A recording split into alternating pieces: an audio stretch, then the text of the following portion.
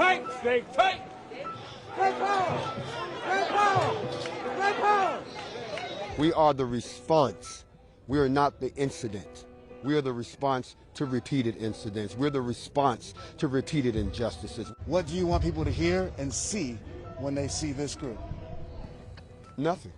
That we're U.S. citizens exercising our constitutional rights, and the color of our skin shouldn't make any difference. As your president, I would work along with anyone. John Fitzgerald Johnson ran for president of the United States during the 2016 election with little success, but he still found a group to lead. A lot of y'all said this happening at the hands of the police. That's right. Grandmaster Jay is the leader of a group known as the NFAC. The NFAC is the name given to the coalition, and that stands for the Not Effing Around Coalition. That is a reflection of our attitude, the entire group. We're not effing around anymore with the judicial system that shortchanges us. We're not effing around anymore with the continued abuses within our community and the lack of respect for our men, women, and children. In other words, we're not effing around with the status quo anymore. We're going to change it one way or the other. NFAC! Large, armed black groups are not something often seen in the United States.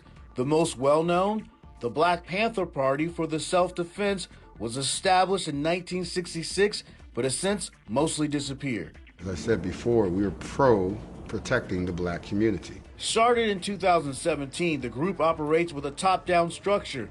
The NFAC has marched in Stone Mountain, Georgia, in Brunswick, Georgia for Ahmaud Arbery, Louisville, Kentucky, demanding more transparency in the Breonna Taylor case, and most recently in Lafayette, Louisiana, in the name of Chaford Pellerin. There's always been a lot of talk for pro-Second Amendment, but you've obviously faced some different reactions based upon not only the size of the group, the skin tone of the group.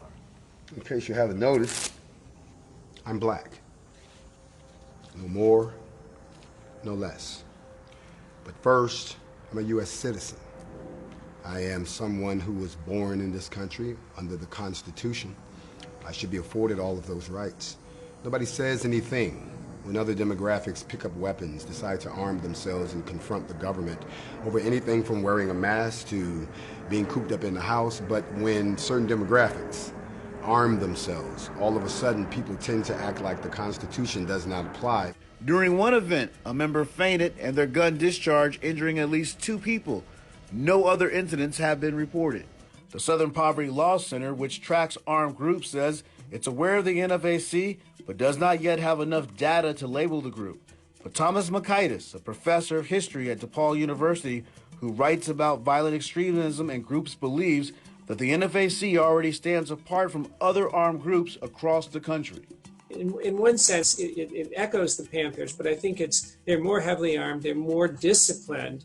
Many of them are Army veteran or military veterans, but so far they've coordinated with the police. They've avoided engaging in violence and so on. And to be perfectly fair, there's not a moral equivalency here.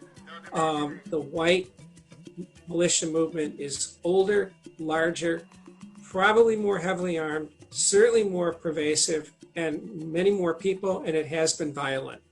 The other thing I have to say, there's been some comments that have been a little questionable, but I don't see out of this African-American militia an overtly racist ideology. Grandmaster Jay says his group is not looking for confrontation, but in one online video from the Stone Mountain protests, a member from the NFAC challenges white armed groups to show up. Jay declined to directly address details surrounding the video. He says when the NFAC gathers, they work with local law enforcement and city officials to create a buffer between them and any other groups. Members register their guns with the group and submit to several safety checks before marching.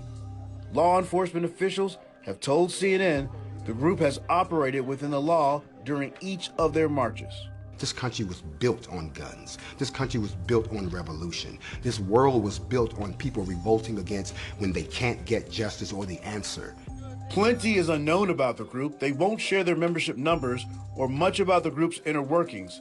But Grandmaster Jay did tell us NFAC's age requirement dropped from 21 to 18, helping to add new members. This is an exercise in forcing us to work with us, to build something to protect us, to defend us, to educate us. If it works, we get all the credit. If it fails, we have no one to blame but ourselves. It doesn't mean that we hate anyone else. It means that we have got to learn to love ourselves to get this job done.